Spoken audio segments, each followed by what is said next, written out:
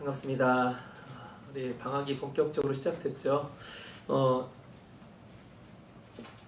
오늘 조금 오해 소지가 있을 것 같아서 제가 미리 말씀드리는데요.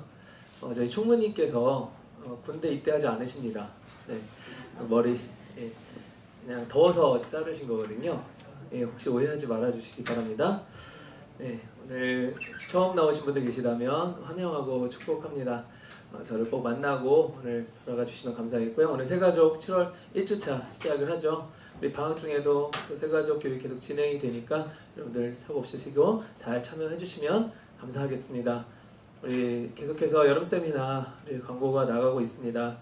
특별히 이제 코로나 상황이 좀 심상치 않아요. 네, 우리가 그 가운데 더 기도하라는 하나님의 또 말씀으로 받고 우리가 좀 기도로 정말 기도로 쌓는 이번 수련회, 이번 세미나가 되었으면 좋겠습니다. 그래서 우리 예배 후에 같이 3주간 우리 세미나를 위해서 같이 기도회를 좀 갖습니다. 길지 않은 시간이니까 여러분들 함께 참여해 주시면 감사하겠습니다.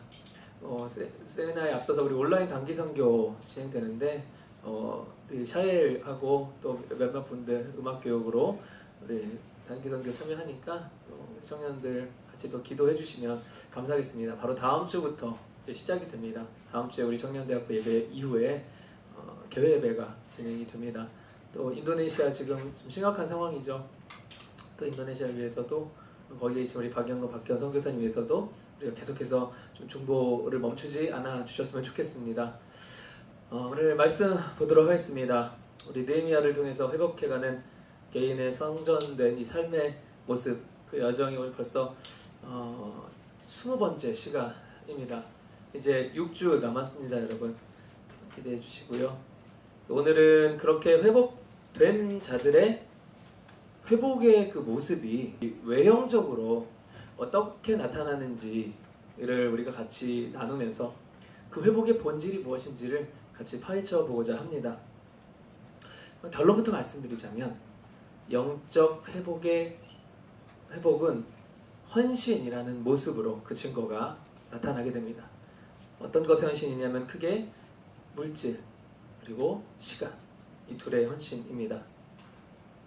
구원의 은혜를 받은 사람이 그 은혜를 모르고 죄를 짓고 살다가 거기서부터 돌이키게 됐을 때 비록 돌이키게끔 하기 위해서 하나님께서 고난을 주시고 벌은 주셨어도 그것을 달게 받았어도 그렇게 해서라도 하나님 앞에 돌아와 보니 아직까지도 변하지 않으시고 나를 계속 기다리셨고 나를 똑같이 사랑하셨던, 그리고 언제든 용서하시기 위해 대기하고 계셨던 그 하나님의 은혜를 깨달아서 우리가 감사한 마음이 들어 기쁨으로 주님을 위해서 헌신할 마음이 생긴다. 희생, sacrifice죠. 목숨을 구해주신 분께 그 은혜를 갚는 너무나 인지상정적인 원리다라는 거예요. 이 느헤미야와 유다 백성들도 무너진 성전을 회복한 그 증거로, 회복이 되었다라는 그 증거로 주님 앞에 자발적인 헌신의 모습을 보이고 있는 거예요. 오늘 읽은 말씀입니다. 이 성전의 모습이 회복되었다는 것은 건물이 온전해졌다를 외형적 모습으로 보지 않는다는 거예요. 그 안에서, 성전의 그 안에서 합당한 그 성전의 원래 기능들이 일어나야지만 그것은 용도에 맞게 사용되어지는 건물이 되는 거죠. 근데 그 기능 중에 이제 오늘 헌신에 대한 부분을 다루고 있는 겁니다. 회복된 성전 안에서 해야 할 많은 일들이 생겼어요. 그렇잖아요. 교회가 하나 건축이 되어도 거기에 섬겨야 될 많은 봉사 자리들이 있습니다. 그래서 우리가 얼마 전까지 계속해서 우리도 교사, 봉사 많이 또 지원해 주셨잖아요. 계속해서 식사도 못하고 헌신하시는 분들 너무나 좀 안타까웠고 마음이 죄송했습니다. 네, 오늘부터 식사가 시작이 되어서 너무나 감사를 드리고 있죠. 성전의 외형인 건물은 그 건물로서의 외형의 모습은 이제 회복을 했습니다. 하지만 이제 그 안에서 이루어져야 할 성전다운 그 기능들이 다시금 제 역할을 하지 않는다면 회복된 걸 할 수 없는 거죠. 여러분, 무너졌던 건물이 다시 지어진다 해서 그것이 온전히 다시 원래 모습으로 회복된 것이라고 할 수는 없지 않습니까? 그 건물에서 뭐 사물을 보던 뭐 무슨 일이라든 그 건물 안에서 원래 되어지던 일들이 되어져야 우리는 그것을 완전한 회복이라고 이야기하는 거죠. 때문에 느헤미야와 백성들은 이 성전 안에서 성전의 진정한 회복을 위해서 그 성전 안에서 해야 할 일들, 섬겨야 할 일들, 드려야 할 헌신의 여러 가지 것들을 섬기고 헌신하게 된 것입니다. 이렇게 이들이 성전의 기능 회복을 위해서 해야 할 섬김의 자리로 나아가는 것, 그렇게 헌신한 자들을 각각 자신의 그 성전된, 자신도 성전으로서 회복된 그 삶의 예배의 기능 또한 회복된 것이다 라고 저는 오늘 말씀드리고 싶습니다. 성전을 섬긴다는 것은 그 성전 안에서 하는 일들을 섬긴다는 거죠. 하나님을 섬기는 것, 하나님의 뜻을 따라 하나님의 일을 섬기는 거예요. 하나님의 일은 하나님께서 그 일에 대한 성과 때문에 우리를 사용하시는 게 아니라 회복된 자들이 하나님의 뜻을 따르는 모습을 증명을 하기 위해서 하나님께서 보여달라라고 하시기 위해서 만들어 놓은 어떤 장치라는 거예요. 그것은 우리에게 축복의 자리인 겁니다. 성전에서 하는 일의 종류들 중 가장 필요한 헌신, 이게 뭐였냐면 바로 재정적인 헌신이었다라는 거예요. 지금 느헤미야 백성들은 자신들의 생계보다 성전의 회복을 먼저 생각했기 때문에, 가치의 순위에서 일단 먼저 있었기 때문에, 우선순위에 있었기 때문에 자신들이 살 집보다 성전 건축을 더 우선시했습니다. 그동안 멸망받은 이후 치욕스러운 70년의 삶을 살았던 자신들을 다시금 영광의 자리로 돌이키게 하시고 회복시켜 주신 하나님 앞에 먼저는 노동력으로 헌신을 했어요. 약전에는 계속해서 또 영적 전쟁으로도 헌신을 했습니다. 반대 세력과의 싸움에 대한 어떤 결정, 그리고 이제는 뭐예요? 물질로 헌신하여 나아간다는 겁니다. 먼저는 성전에서 온전히 예배가 드려지기 위해 필요한 재정적인 헌신이 이루어집니다. 32절부터 34절을 보니까 이들은 각종 제사와 성물을 통해 성전을 유지하고 보수하는 데 필요한 물질들을 위해서 이제 그 경제적인 것을 헌신하는데 3분의 1 세겔, 이 세겔은 이제 화폐 단위죠. 3분의 1 세겔을 성전을 위해 드리기로 결정하고 성전에 불을 피우기 위한 나무들을 헌물하였다 라고 기록이 되어 있습니다. 이 성전세라고 합니다. 이것을. 이 성전세와 이 나무는 성전 안의 예배와 그 기능을 회복하는 데 반드시 필요한 것이었어요. 나무가 계속 공급이 되어야 이 불이 꺼지지 않도록 해야 되기 위해서. 이 성전세라는 거는 이들이 이제 나중에 신약에 와서 예수님 시대까지 계속해서 성전세를 냈는데요. 이것이 너무 또 이 법제화되고 그리고 형식화되다 보니까 이 성전세의 두세 배를 받아서 이것을 검은 돈으로 챙기는 그런 제사장들도 생기고 이것으로 장사하는 사람들이 생기고 그렇게 되었죠. 하지만 성전세의 본래의 목적은 굉장히 선한 것이었어요. 순수한 헌신의 모습이었다라는 겁니다. 물질 세계에 사는 인간, 우리 자본주의 세계 사회에 또 살고 있죠. 이 물질은 정말 필요악이라고 저는 할 수 있다고 생각합니다. 육신적인 공급이 필요한 우리의 연약한 상황에서, 또한 물질로서, 물질의 어떤 기준으로서 돌아가는 이 세상에서, 물질이 아니면은 통할 수가 없는 이 세상, 이 사회에서 그 육신적 공급은 다 물질이고, 그러다 보니까 이 땅에서 아직까지 살고 있는 영적으로 살아가야 될 우리 존재들도 영적인 예배를 드리는 것마저도 사실은 이 세계 안에 있다 보니까 그것을 구현해낼 때는 결국은 물리적으로는 이 물질이 필요한, 물질의 공급이 필요한 이런 상태라는 거예요. 너무나 당연한 거죠. 우리는 영적으로 사니까 물질은 필요 없어. 믿음만 있으면, 그냥 영적으로 있으면 그냥 교회가 뿅 하고 생겨. 필요한 성물들이 다 들어올 거야. 이런 게 아니죠. 정말 믿음이 있는 자들은 그 믿음의 방향대로 열심을 내게 되어 있는 거예요. 이 땅에서의 어떤 현실적인 상황들을 활용해서 우리의 영적인 모습을 구현해내는 것, 이것이 바로 물질에 대한 헌신이 되는 겁니다. 나중에 천국에서 드리는 예배는 정말 이제는 영적인 예배겠죠. 물질이 필요 없을 겁니다.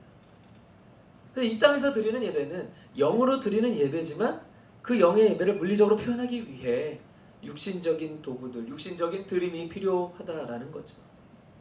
육신의 예배의 모습, 우리가 예배 드리는 이런 모습들은 그래서 우리의 영의 예배를 드리는 모습으로도 우리가 증명할 수 있게 된다라는 겁니다. 또 한 가지 이 물질적 드림의 모습, 바로 첫 열매와 11조예요. 35절부터 38절을 쭉 보시면 모든 백성이 한 사람도 빠지지 않고 거둔 이 수확물의 첫 열매를 11조로 드리기로 결단합니다. 자, 이들은 이 마다들을 비롯한 모든 가축의 첫 새끼를 제사장에게 주고 모든 산물의 10분의 1을 예배를 책임지는 레위인들에게 헌물합니다.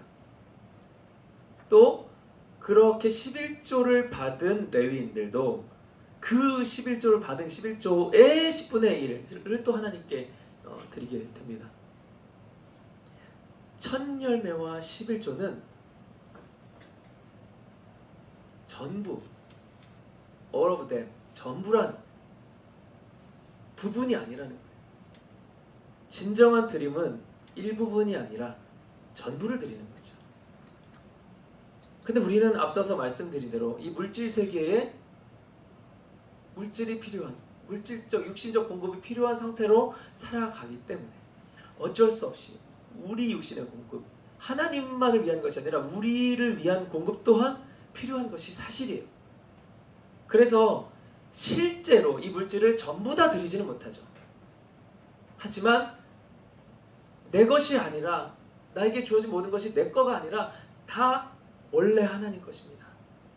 나 자신조차도 다 하나님 것이다 라는 표시로 내가 그걸 인정합니다. 믿습니다. 그래서 내가 쓰는 물질은 내 마음대로 쓰지 않습니다 라고 결정하는 그 모습의 의미로, 전부를 드린다는 그 결단과 표현의 의미로 11조 10분의 1을 구별해서 드리게 되는 거예요.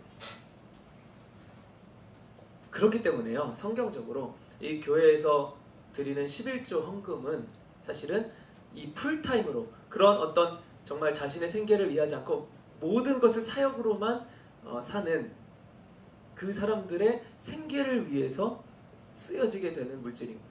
성경적인 율법적인 원리로 보면 그렇다는 겁니다. 생업 없이, 자신의 생계를 위한 벌이 없이 오로지 성전을 위해 봉사하는 어떤 목회자나 선교사들 같은 분들, 하나님께서 이런 시스템, 이 땅의 이런 시스템을 통해서 그 육신도 보존하게 하신다라는 거예요.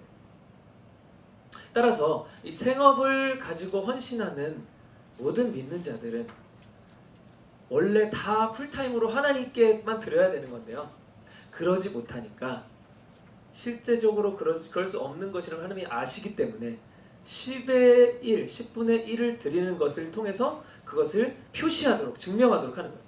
그래서 그 10분의 1을 드린 것들을 풀타임으로 실제로 사역하는 사람들의 생계로 연결시켜 줌으로 해서 이 사역이 정말 온전한 헌신으로 돌아가게 만든다라는 겁니다. 이거는요, 믿는 자들의 선택이 아니에요. 모든 믿는 자들이 해야 할 믿음의 표현이다라는 겁니다. 이러한 11조는 다시 말씀드리지만 원래 내 거였는데 내 거 중에서 10분의 1을 하나님께 드린다라는 개념이 아니에요. 원래 다 하나님 건데 하나님께서 오히려 10분의 9를 나한테 허락을 해주시는 거예요.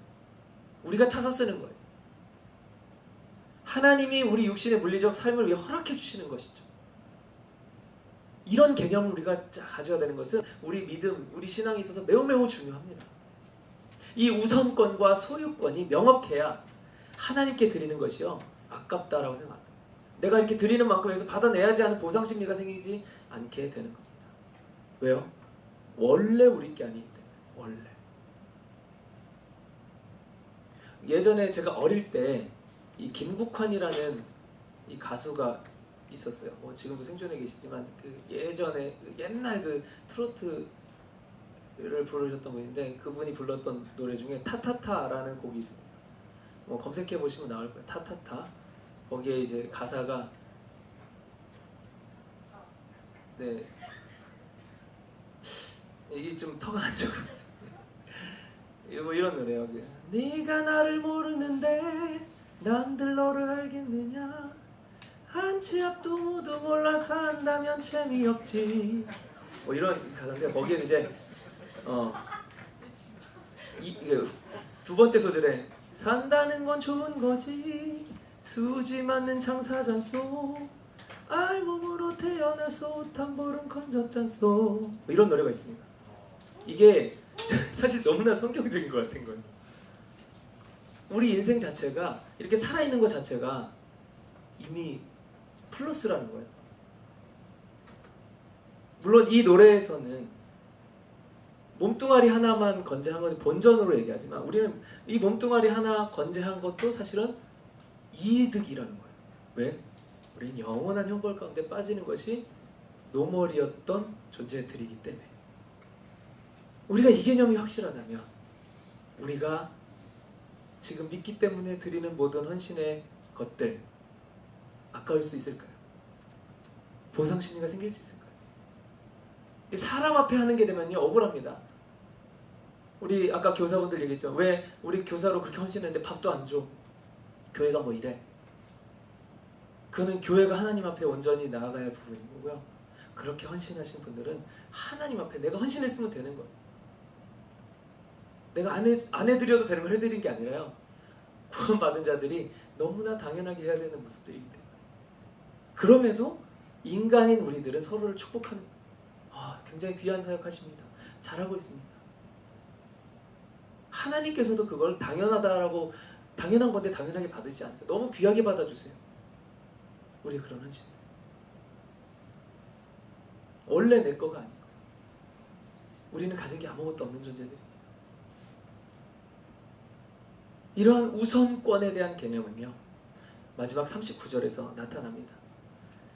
이 백성들은 하나님의 하나님의 그 성전을 그냥 아무 관리자도 없이 버려두거나 방치해두지 않겠다라고 다짐을 합니다. 이게 뭐예요? 하나님의 집이 내가 영적으로 살아야 할 집이기 때문에요. 내가 육신적으로 살아야 할 그 집보다 우선적으로 관리가 되어야 된다. 우선적으로 내가 거기에 마음을 쏟아야 된다라는 걸 이야기하는 거예요. 우리 지금이야 그런 교회가 많이 없지만 옛날에는 교회 사찰 집사님이라고 계셨어요. 교회에서 아예 숙식을 계속 하시면서 교회 관리를 다 하시고 성전을 비워두지 않는 거예요. 왜요? 성전 문을 열어놔야 언제든 기도하러 오시는 분도 계시고 또 그것이 성물, 하나님의 예배를 위해 드려지는 거룩한 물건들이 훼손되지 않고 관리가 보존이 잘 될 수 있기 때문에 하나님의 집을 우선으로 하는 거예요. 나 자신에 대한 소유권이 나 자신을 위한 내 개인의 집에 있지 않고 하나님의 성전에 먼저 있다라는 것, 명확하게 하는 표현입니다. 누가복음 2장 41절부터 50절의 이야기를 보니까요 예수님의 어린 시절 이야기 하나가 나옵니다. 예수님이 12살이던 소년 시절에 그 6월절 절기를 지키기 위해서 이제 명절 같은 거예요. 예루살렘, 거기 이제 수도로 다 예루살렘으로 와서 성지에서 다 함께 며칠간 예배를 드리고 돌아가요. 2월절 절기를 꼭 지켰어야 됩니다. 유대인들은. 그렇게 올라온 우리 예수님의 육신의 가족들은 모든 그 이제 예배들 행사들을 다 마치고 이제 고향으로 돌아갔죠. 돌아가기 시작했는데 내려가던 도중에 너무 사람이 많고 바글바글 인파가 북적북적 정신없으니까 이 어린 예수님을 두고 온 거를 몰랐던 거예요. 부모님 마음은 철렁했죠. 저도 제 아들을 한번 캠핑장에서 잃어버린 적이 있었는데 5분 잃어버렸어요. 10분인가. 정말 어떻게 할 수가 없더라고요. 저 해변 끝에서 울고 있는 걸 겨우겨우 찾아냈는데 혼낼 마음은 전혀 없어요. 찾아서 너무나 다행이다. 그런 마음인 거예요. 이 마리아, 육신의 어머니였던 마리아는 하루길을 왔는데 예수님이 없어진 걸 발견한 거예요. 철렁한 거죠. 미아가 된 겁니다. 그래서 예수님을 다시 찾아서 예루살렘까지 다시 하루길을 돌아왔어요. 그런데 그 예루살렘 가서 성전 안에 딱 보니까 이 아들은 부모를 가족을 잃어버린 것 때문에 당황하지도 않고요. 그 성전 안에서 그 선생들, 그 교사들, 율법 교사들과 이 성경에 대해서 같이 토론하고 막 강론하고 답도 해주고 막 이러고 있는 거예요. 그 선생들은 야, 이 조그만 놈이 어떻게 이렇게 성경 박사지? 야, 신기하네. 막 이러면서 이제 서로 그러고 있었던 거예요. 3일 만에 예수님을 만났는데 그런 모습을 보고, 당연히 자식을 잃었던 부모 입장에서는 예수님께 열이 받겠죠? 안심과 동시에 호통을 쳤습니다. 그러자 예수님 오히려 그것을 의아해하시면서, 아니 자신이 아버지의 집에 있는 것이 당연한 것 아니냐, 이런 이상한 말씀을 하셨습니다. 이때 예수님은요 서서히 자신의 정체성을 자각하고 있을 때였어요. 자신이 하나님의 독생자임을 깨달은 예수님은 육신의 부모와 함께 거하고 있는 그 고향 땅, 고향 집이 아닌 이 하나님 아버지의 성전을 자신의 영적인 집으로 말씀하셨던 거죠. 일반 상식으로는 당연히 이해되지 않는 모습. 이거는요 세상 사람들도 우리를 그렇게 본다. 우리가 교회 일에만 막 우선적으로 하고, 야, 너 저 그 고3 때도 그랬어요. 저 어머니가 교회 가는 거 반대 안 하셨다가 고3 때 1년만 너 교회 쉬어라. 그때는 뭐 제가 신앙이 막 있어서라기보다 공부하기 싫어서 교회로 편을 가긴 했었는데요. 그런 거예요. 우리가 교회 일에 열심이고, 교회 일, 뭐 교회에서 돈 나오는 것도 아닌데 직업처럼 막 해요. 내 생업보다 여기를 더 우선적으로 하는 사람들 많진 않지만 보이잖아요. 세상은 그런 사람들 이상하게 본다는 거예요. 그런데 그런 사람들의 우선순위, 자신 인생의 소유권은 무엇이 먼저인지가 그 행동을 통해 드러난다라는 거예요.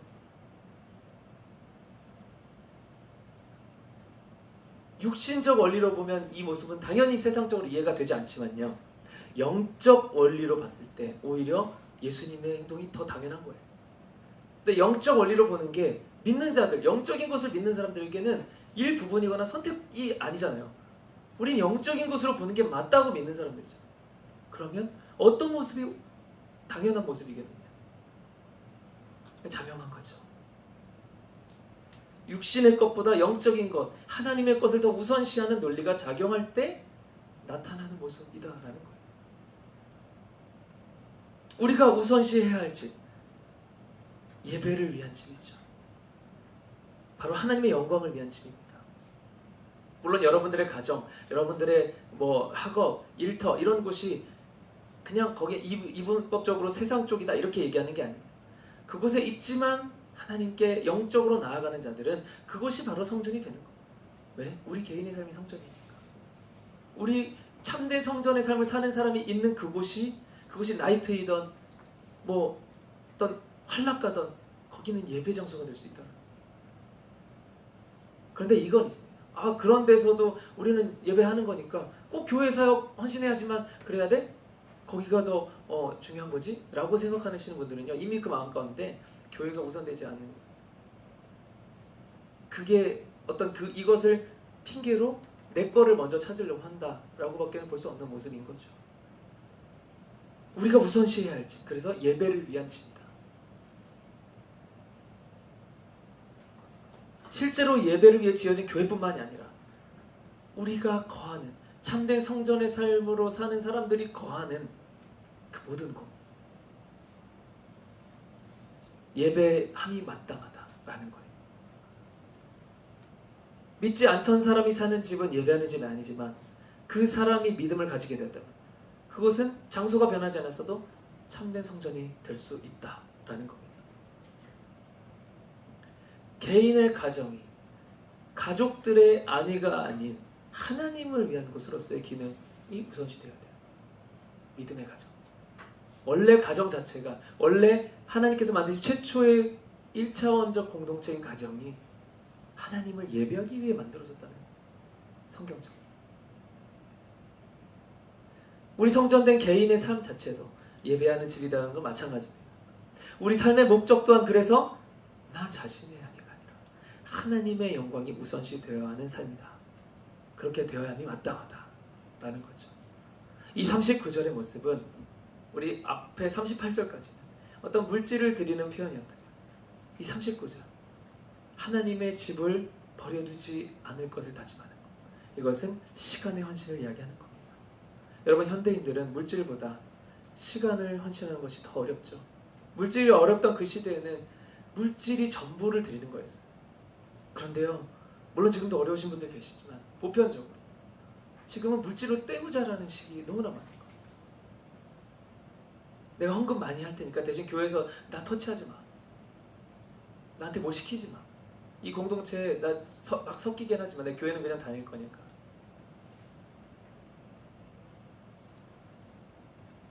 우리가 전부를 드린다는 거냐? 우리가 드리기 가장 어려운 걸 드려야 되는 거예요. 왜? 가장 드리기 어렵다는 건 그 어려운 만큼 그것이 하나님보다 우선이 되기 때문에. 하나님은 그거를 달라고, 그거를 하나님이 갖고 싶어서가 아니라 그걸 버리길 원하신다는 거예요. 헌신은 그런 겁니다. 헌신은 하나님 앞에 내 것을 뭔가 쏟아내는 게 아니에요. 헌신은 하나님만 진짜 사랑하기를 결정합니다. 여러분, 하나님 감정적으로 사랑할 수 없어요. 우리 사랑해야 되는 것이 맞다라고 믿는 사람들은 사랑하기로 결정하고 행동해야 되는 겁니다. 이번 여름 세미나의 핵심적인 말씀이, 잠깐 스포를 좀 하자면,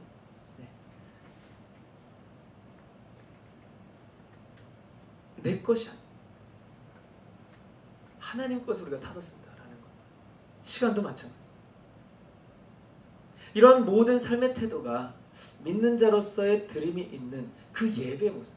예배에는 그래서 반드시 봉헌의 시간이 있죠. 표시하는 겁니다. 그 물질만이 아니라 내 자체가 헌신하겠다라는 표시인 거예요. 예배의 모습, 이 봉헌이 있는, 드림이 있는 예배의 모습을 회복해 나아가는 것이 바로 이런 드림이 있는 모습이다라는 겁니다. 우리 안에 진정한 성전으로서 삶의 모습이 회복이 되었다면, 또 회복해 나아가기로 결정하였다면, 그것은 예배의 삶이 회복되는 것이고, 진정으로 회복된 예배 안에는 반드시 헌신의 모습이 그 증거로 나타났다는 거예요. 그래서 예배의 가장 극치는 사실은 헌신의 자리로 나아가는 겁니다. 우리가 인풋만 받는 이 예배 자리에 있다가 아 좋다 이러고 끝나는 게 아니에요. 인풋을 받아서 너무 좋아, 이 뜨거운 걸 어떡하지? 헌신의 자리로 나가는, 거기까지가 예배의 영역이다. 특별히 이제 오늘 말씀 여러 가지 헌신의 모습 중에 이 물질의 드림과 시간의 드림을 이야기하고 있는 것. 예배의 한 부분으로서 드림이 아니에요. 드리는 것 자체가 예배가 되는 겁니다. 물질적 헌신은 하나님을 사랑한다는 표현 중에 하나예요. 마태복음 6장 21절에 우리의 물질이 있는 곳에 우리의 마음이 간다 하였습니다.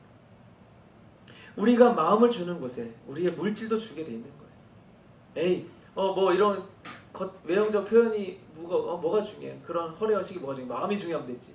근데 마음이 있으면 겉모습이 따라온다니까요. 사랑하는 사람에게요, 우리가 선물하죠. 이게 너무 중요하지 않습니까? 그런데 그 선물 자체가 너무 중요합니까? 제가 저번에 한번 말씀드린 적이 있어요. 제 아내 인형을 너무 좋아해요. 제가 인형 하나를 사서 아내에게 선물할 때, 야, 이 인형 너무 좋다. 야, 이거 진짜 최고급이다. 여기에 관심 있겠냐는 거예요. 그 인형이 뭐냐는 전 중요하지 않아요. 그 인형을 받은 아내가 얼마나 기뻐할 것인가가 중요하다는 거죠. 그 인형이 비싸서 뭐 해서 야 이거 비싼 거니까 잘 간수해, 아까워서 주는 게 아니라요, 내가 마음이 거기 있으니까 물질로 표현이 되는 거예요. 헌신으로 표현이 되는 거예요.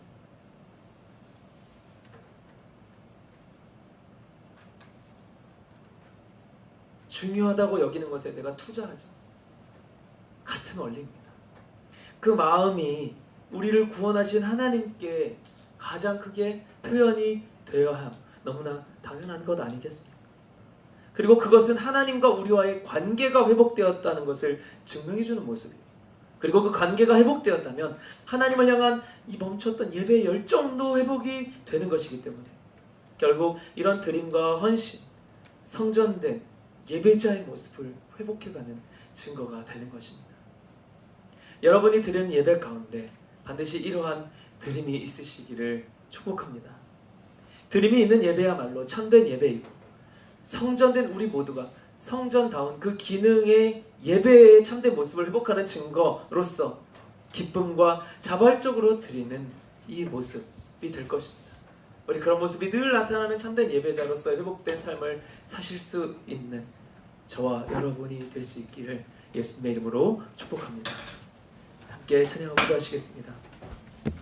그런 예배의 마음, 정말 주님께 드리는, 주님이 뭐가 필요하셔서 우리가 드린다는 것이 아니라 내가 주님을 사랑합니다라는 표현으로 드리는 그 헌신, 그 물질, 그 시간, 주님께서 하나님을 진정으로 예배하는 한 사람을 찾지 못하셔서 슬퍼하는 이유는 하나님께 뭐를 안 줘서가 아니라 그 마음이 하나님보다 다른 데 더 있기 때문에 이제는 우리가 하나님이 정말 간절히 찾으시는 그 예배자의 모습으로, 그 표현으로 우리의 드림, 우리 헌신이 나타나고자 하는 그 간절한 마음 가지고 함께 찬양 고백하시겠습니다.